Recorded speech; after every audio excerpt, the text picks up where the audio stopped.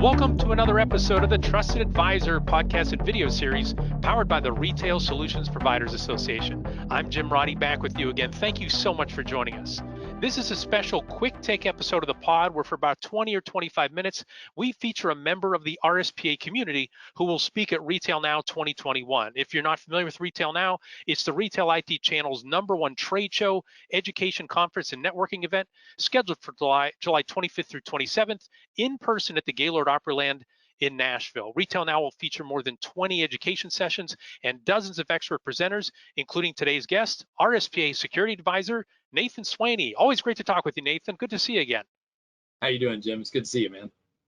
Yeah, great to see you. It's been far too long. Looking forward to getting together with you in just a few short weeks at RetailNOW. So before we get going, Nathan, I'm really hoping you can help me out. So I had mentioned, our audience might recall in a prior episode, that I'm using these pre-RetailNOW interviews kind of as practice when I meet people in person at the event. Actually, over the weekend, I shook hands with somebody for the first time in over a year, and after I shook his hand, I think I kind of reacted like I had just wiped up some sticky lemonade or something. I was just kind of like holding it there, don't touch anything, wait till I get back to my car and put some antibacterial lotion on it. So I guess let me take back, here I am talking all about myself. So getting back to the fundamentals, like how are you doing, Nathan? What's new in your world, just in general from a security standpoint? What challenges have RSP members been bringing your way? So for me personally, I'm in Tulsa, Oklahoma. It's a little bit more of a rural area. When people first started talking about social distancing, like that's just part of life here. I can go to Walmart and spend an hour and never talk to anybody, or get within 6 feet of somebody. So we've done pretty good. There's been some challenges, right? Everybody's trying to figure out how to get by with stuff. As far as the community goes, overall, most of the conversations that I've had with members have been fairly similar to what they've dealt with in the past. We've got a lot of our resellers have grocery stores and restaurants and merchants who overall their business hasn't changed, right? Like they have to deal with delivery and taking people orders in different ways and stuff like that. But the technology side of it hasn't changed that much. One of the challenges that a lot of the resellers have dealt with is, at least initially, how do we support these customers when maybe it's not safe for all of our people to come into the same office? And so that's something that we've seen with a lot of organizations is, hey, everybody's working from home now. And what does that look like? And, we talked about, I think, I don't remember when it was, several months ago, about how we make quick decisions to be able to work from home and do the support that's necessary and support people working remotely and still provide a certain level of security. Because, a lot of us last March, we didn't have a choice for this. We just, boom, make the decision, figure out how to do it and go. And so there were a lot of decisions where it's like, hey, it'd be great to be secure, but we have to stay in business first and security will come after. And, I think a lot of people eventually came back around to saying, okay, we made this decision. Now what do we do to secure it? Was this the right decision? Do we keep doing this thing? Do we need to roll out new technology? Do we need to change our processes? Some people still haven't done that. Some people are a year in now and it's time to step back and say, whoa, okay, we did the triage, right? Right now we're the not the victim, but the patient is stable. What do we do now, right? How do we make sure that we're continuing to maintain a certain level of security going on? And that's a challenge. Yeah, I'm curious, as a security advisor, and like that's what you do as security, when somebody said, well, security's secondary at this point. How do you react to that in terms of balancing their business needs and the needs for security? Was it, yeah, do that first, but a close second, like right behind, better be security? You shouldn't wait weeks, months, quarters, or like you said at this point, a year in order to make sure you're secure. Yeah, absolutely. I always hate when I hear a security person say, no, you can't do that. Because okay, go away, right? We have to stay in business. If you say no, then we'll find somebody else that will say yes. The role of a good security advisor should always be to say, here's what you have to do that. This is the goal of the business. It has to be to get this done. If I say no, you're going to find a way around it. But if I say, here's the risk that's associated with that, here's the additional cost you're taking onto the company, let me find a way to help you get done what you need to get done and still minimize that risk, mitigate it in some fashion as much as possible. And risk tolerance changes. You know, when I go home to my parents' house in small town Kansas, I leave the keys in the car because somebody might need to move my car. Like that's just what it's like in a small town. I don't do that when I'm home in Tulsa. Like it's just there's different risk appetites depending on your circumstances. And so a company that's about to go out of business and not sure they can make payroll on Friday, securing their systems isn't as important as, you know, maybe it might be for my business or your business. So finding that balance is important. With that said, I've also had the situation, I'm almost like a politician sometimes where people throw back what I said to them before. Well, wait, you said this wasn't important. No, I didn't. I said, in this case, this is more important, right? So I always have to try to encourage people like, you got to do what you got to do, but here's the risk that you're taking on when you do that, and walk into this decision, you know, with eyes wide open, and understanding what the potential implications are. Got it. And I like that approach. I guess before we start talking security at retail now, I'll just say the successful resellers that I talked with, like when tablet POS came out, there were some who said, we're not going to do it. Like we just don't play in that world. Well, they were telling their customers, no, we are not going to provide this technology for you. And then, like you said, they would say, okay, we go and find somebody else. And then when that merchant grew up and needed a bigger system, right, they were turning to the person who had supplied them the lower end technology at that point. So yeah, that's a great point. Don't just say no and walk away. See how you can help out your customer. They are going to find somebody else. So, all right, well, let's talk retail now. And so can you share with our audience an overview of the security track at Retail Now this year? That's one thing about Retail Now. We have 6 separate tracks. One of them focuses 100% on security. So you're going to get 4 45-minute sessions on them. I'm not going to ask you to go and recite every single detail about it, but can you give our audience some of the topics? Who are some of the speakers at Retail Now this year in the security track? Yeah, absolutely. And so one of the things, this is still a little bit of a work in progress. We still got a little bit of time before this is all completely ironed out, but I can tell you kind of what our plans are. So don't quote me on this if things change. One of the things that we want to do in the security track, and I think maybe some of the other tracks as well, is to give people a path of, you know, we've got some people that come to Retail Now that are very security conscious. They really know what's going on. They've been paying attention for the last decade, and all of their merchants are doing things the right way, and they're offering secure solutions, and, you know, they're paying attention to the major threats. They're wanting to say, what's the next step? How do I progress, right? But we also have members who, you know, they think of security as that thing I need to do. Oh yeah, I need to get around to that. I haven't put the effort there yet. And they're looking for the beginning. And so what we've tried to do is outline the security track in a way to provide some valuable content for each one of those categories and each one of those groups. One of the tracks in the beginning is going to just be a very basic kind of fundamentals, you know, intro to security type concept. We did this a couple of years ago. Man, it might have been in Nashville, actually. I think it might have been the last time we were in Nashville. So 3 years ago, 2018. All right. 2018, I think so. It was really well received. In fact, it might have been one of the more popular sessions. And it was just based on like, here is an incremental approach of the things you have to do to get started in security. And it's not always it's not always antivirus, right? People think you gotta have antivirus. There's some key things in there, like, you know, hardening your remote access, and, you know, making sure updates are being done, and you've got good passwords. Those are things the PCI cancel has been hampering on. But there's other things like having an inventory and knowing what you have. You can't update all of your stuff if you don't know what you have, because things get missed. And ultimately that's where the attackers float in, is that thing that got missed. So, you know, having a process of making sure that you have good inventories of your hardware and your software, things like account management, stuff like that. So that would be probably the first track, is just a fundamentals. And the really cool thing about that is, even if you're towards the end of that road, right? Like, you never get to the end with security. There is no point where you say, I've spent enough money, now I'm secure. You can be less secure, you can be more secure, but it's always a path. And so no matter where you are on that road, in a session like that, you're going to learn something to say, oh, okay, this is the next thing. We're not doing this well, or, you know, we started this other part and we need to come back to that because we kind of quit doing that well. So definite stuff you can move there. Another track is going to be focused on incident response. A lot of people don't think about what to do when an emergency happens, or at least they might think about it in certain aspects. You know, how do we deal with this from an HR perspective, or how do we deal with this business continuity? they don't always think about from an IT perspective. When you get that call from a card brand or from the Secret Service or somebody who's investigating a card breach or something like that, what do you do then? What is your next step?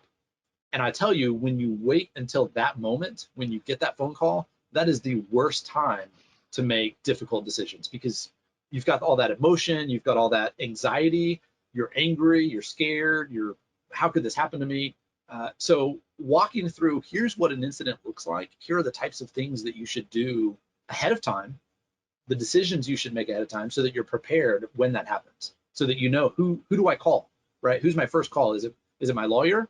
Is it my and that's Jill is a great, contacted Jill Miller, Help. RSPA General Counsel. Yep. Exactly. What do I do, Jill? Help. Contacting me and say, Nathan, what do I do? Where do I go? Help. Those are great first steps. Knowing here is the organization that I depend on for security or for IT management or whatever it might be. Just having those things in place. So that's a session that will be really good.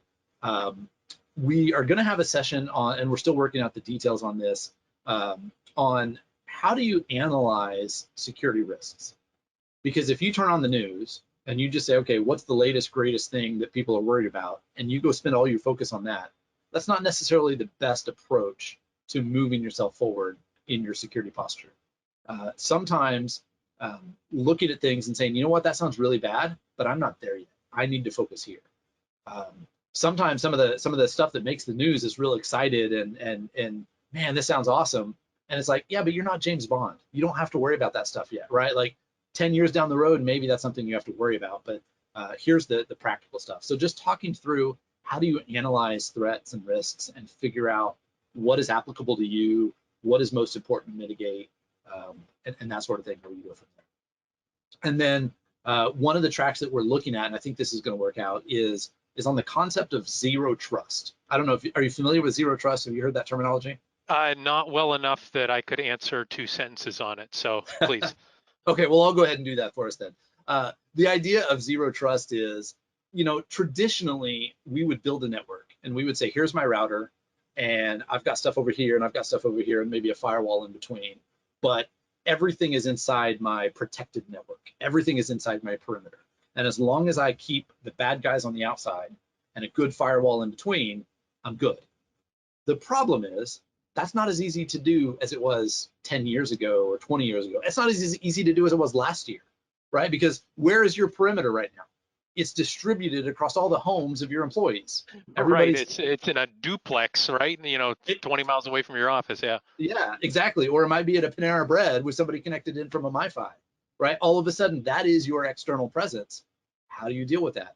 So the idea of zero trust, it's a networking architecture model that has been becoming more popular probably over the last 5 to 10 years. But the last year has really pushed the boundaries there of how do we take some of those security controls that we used to implement at the perimeter level and we push that down to the host. So now your laptop, my laptop, Susie and accounting's laptop, each one of those systems are protected by themselves. They are the perimeter and they connect to other resources in a secure fashion instead of assuming we're all on a safe internal network and we don't have to be secure. That's a big change for a lot of people. As of yet, I have not seen a big push of zero trust initiatives into the point of sale industry, but it's affecting every other industry and the tools that we use. And so I think we're going to start seeing that in the POS environment in the very near future. We already see it some with some of the endpoint protection solutions, things like the endpoint detection and response. They used to call it next gen antivirus. There's some tools called micro segmentation that are doing some neat things. So that talk will explore. It's kind of what the frontier looks like, right? What's the next big thing that's coming when we talk about POS security? And the goal there is just to give people an idea of, hey, here's what to watch for in the future when you're analyzing how do we build our next POS offering. How do we, what types of things are we going to offer to our customers? You want to keep those kind of things in mind of here's what that customer is going to be asking for in the future, because this is what they're hearing about. God, I guess no, thank you for that. And I appreciate it and I'm hoping, I guess, just to crystallize for our listeners, this isn't simply, hey, we had 4 vendors say they wanted to speak at RetailNOW. So we said, okay, that'll be easy. Like you and RSP VP of Education, Kathy Meter, have gotten together and said, what are most important for our VAR, ISV, and vendor members to hear, and then put it on a continuum in terms of, so for folks who are newer to the security space, they'll be able to get something from it. Folks who are experts already, very experienced at it, they'll have something to get to as well. So it's going to have, there was like real thought, real planning put into this, which is why it's still up in the air. And also, I guess, just a little inside baseball stuff. So this podcast is being released in late June, and Nathan and I are talking far before that. So somebody might be thinking, whoa, the event's a month away, you're still figuring out, the Right. website has it all figured out. So by the time this comes out, it's going to be far more bolted down. But I guess back to my point there, is that accurate, Nathan? Like, this was planned out in terms of what is best for the community as opposed to what's easiest for the RSPA to put on from a security standpoint. Yeah, that's absolutely right. And for a lot of shows like this, what happens is, the people that pay the most money get a speaking slot and they get to choose what they're going to speak on, and the organizers just kind of float through and that's it. RSPA has really put a lot of effort into this. Kathy and I started talking about this months ago of saying, what are the big topics? What do we want to talk about? What is important to memberships? And we recognize there are different types of members. It's real easy to say, here's the majority of our members, let's target content towards them. But we've tried to look and say, what are the different levels of members and different people that have different goals maybe, and how do we provide content that's valuable to them? And then we said, okay, let's look at the folks that we have available, people that have spoken in the past. We reached out to some of our vendor members and said, in fact, we reached out to one guy said, hey, I'd really like to talk. And we said, that's great, but the thing you pitched is kind of focused on your product. You've got some knowledge here that we would like to use. It doesn't really fit your product, but we think that it would be valuable. And he said, that's great, I love that idea. And so we're really trying to put the emphasis on education and knowledge rather than just here's the sales pitch. The vendor area is great. I love our vendor members, and they've got some great products. And if you go to the vendor hall, they can demonstrate those for you and give you that sales pitch. But that's not the goal of the education portion of the event. Yeah, I appreciate that. I think you and I are similar ages. But you remember Terry Tate, office linebacker? Do you remember those commercials where people would do something wrong in the office, you'd go and tackle them?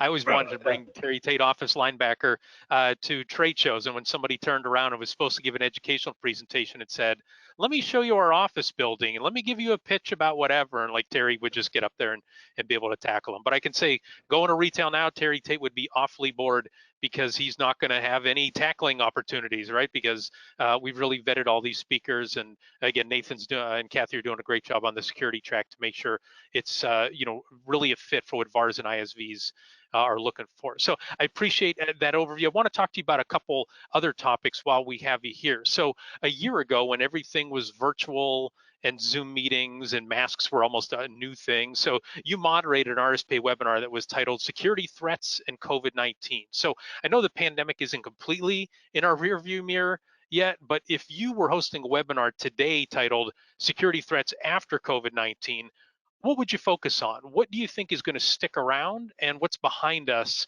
from both a technology and a threat perspective when it comes to security and COVID?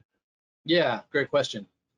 So I talked a little bit about the whole zero trust idea, and people are working from home. That was a big challenge, and we talked about that. How do you make those situations successful, right? How do we create opportunities where people are able to work from home, still get things done successfully? And by successful, I mean they're not significantly increasing the risk to the organization, because there's some challenges there and there's problems there. Overall, I think looking in hindsight, people have figured that out for the most part. We've seen some pretty significant wins.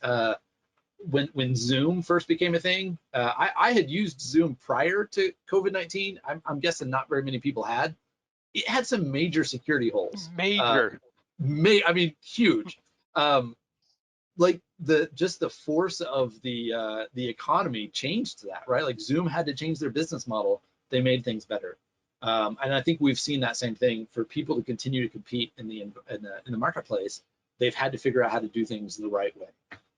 We still see companies struggling. We were talking beforehand, some companies that are trying to make it and figure out how to stay in business, not go out of business. And I hate to see that, but I think in the long run, as a society, we're going to be better off because we're hardening some of those things. There's still some challenges working from home. I was talking to my wife's aunt over the weekend, over Memorial Day weekend, and she mentioned that it's hard for her to work from home because she doesn't have IT support. She doesn't have somebody that she can call easily, and so when she has a problem, she doesn't know what to do with it and that sort of thing. There are some challenges there that we still have to continue working on. Some of the other issues that have come up, we've all heard by this point, I think, about ransomware. Ransomware continues to be big, and everybody's worried about that. I don't know that that's necessarily related to COVID-19, but the problem continues to rise, and it's not going down. And I think part of that might be because of some of the relaxed security solutions and the changes that we've made that might have introduced some weaknesses there that have been taken advantage of. But I think the bigger thing, and I don't know if everybody's heard of this term, but the supply chain attack. The supply chain attack is something I've been talking about for 2 or 3 years. I'm sure on one of the RSPA talks that I've talked about it at some point. The idea that, all of the security solutions that, not just the security solutions, all the solutions that you use, they have a supply chain. They use libraries, they use other vendors, they use microservices, they use cloud-based providers. All of these different components are built on other components, which are built on other components, and it makes up this long supply chain. And so, I'm sure people have heard about the SolarWinds attack, over the Christmas holidays. There was the big attack on Microsoft Exchange that hit, a lot of large companies. This idea of people going after the supply chain, I think is in large part because of COVID-19. It's continued to grow and it's expanded from that. And I think that's something that we still have to get ahead of. We'll see. I don't know exactly how it's going to work out. I know there's some really smart people trying to figure out what we do here. President Biden's cybersecurity executive order, I don't remember how long that was ago, fairly recently, mentioned the idea of it's called an SBOM, a software bill of materials. Basically the idea of saying, here's what this software depends on. And so if one of these things have a vulnerability, you need to, you're introducing some risk to deal with. That's something that's another one of those future things that I think folks in the point of sale industry have to watch out for. I think in the next couple of years, we're going to see that impact the POS industry a little bit more. So those are a couple of issues that have expanded over the last year. Yeah, it seems like where VARs and ISVs got impacted was, retailers didn't work from home, right? They might have had, the larger ones, customer service people working from home, but not, in droves in terms of it was more, how do I adapt from a brick and mortar standpoint with online ordering? And then from a restaurant standpoint, there was way more online ordering, way more payments and things happening online. Even grocery went, right? In terms of the people didn't want to go in and everything. I shouldn't say everything, but a lot of things are going curbside. And then the VAR has to figure out, work from home is here to stay. Everybody who I talk to has a tough time hiring. And if you think you're going to tell somebody who's a remote employee, no, you have to come to work or I'm going to let you go, right? They'll go work for somebody else who enables them to work at home. So I guess it really seems like a lot of those digitization and, like I said, where things are separated more than they were in all one spot, that's here to stay to a significant degree. Some more people might come back into the office. Online ordering will not stay at what its peak was from during the pandemic, but it's here to stay to a significant degree. And you've got to be able to offer that in a secure fashion if you're going to compete as a VAR and ISV. I guess I say that as a statement. Like, do you agree with that? Disagree? Absolutely. And there are a lot of different types of attacks. Attackers are going to find a way to take advantages of situations. So one easy example of kind of what you're talking about, just a few days ago, it was announced, I think there were 14 Brazilian nationals who were arrested for manipulating, but what they were doing is they were stealing identities of Americans. They were using those identities to register for things like Instacart and Uber Eats and the different, not just rideshare, but whatever these different services are called. And then they were selling those identities, those accounts, to people who were not allowed to work, not legally able to work. And then so basically they were manipulating those systems because those systems had been built in a world where the volume was much lower. And when the volume got higher, all of a sudden there's much more incentive for attackers to, coordinate these attacks and use different methods to try to, basically take advantage of the situation. And They did it at an incredible scale. It blew people away just how much of an impact it was making. But we're going to continue to see those kind of things. Anywhere that you have people distributed, attackers are going to find ways to leverage people against other people and use things like that. Great. Well, I have one more question for Nathan, but I do want to pause here to thank our sponsors who support the RSPA community, make this podcast, this video series, and make Retail Now possible. RSPA Platinum sponsors are Blue Star and Shift4 Payments. Gold sponsors are Heartland and ScanSource. To receive the benefits of RSPA sponsorship or RSPA membership, email membership@gorspa.org. And again, we'll remind you at the end of the podcast, don't forget, save the date and register for Retail Now 2021, July 25th through 27th in Nashville. Retail Now is where the industry still meets. So my last question for you, Nathan, though I reserve to ask follow-ups to it, was there a lesson that you and other security experts learned during the pandemic, or was it just a reminder of the fundamental security best practices, but just in a different form? Yeah, this is fairly non-technical, but I think it applies to security as well. One of the things that I found is that, dealing with our customers, we've got a wide range of customers, some very, very large customers and some fairly small ones. In general, when there's a problem, people work together well to solve it. And so there are absolutely people that just said, I don't care, I'm not going to try, I'm just going to do my thing, and whatever happens, happens. But the vast majority of people said, hey, look, there's a problem, how do we solve this? How do we work together and make progress? We saw in my own community, I saw like, hey, this business is really struggling, this restaurant's about to go out of business. And people like came together and like started ordering from that in different ways to, give them a chance to survive. There's been a lot, especially in our socio-political environment, there's a lot of contention, a lot of division. We can't talk politics without somebody getting mad at somebody else. But overall, people want to help each other. And, I've seen that when we bind together, we've done a really good job of making things better.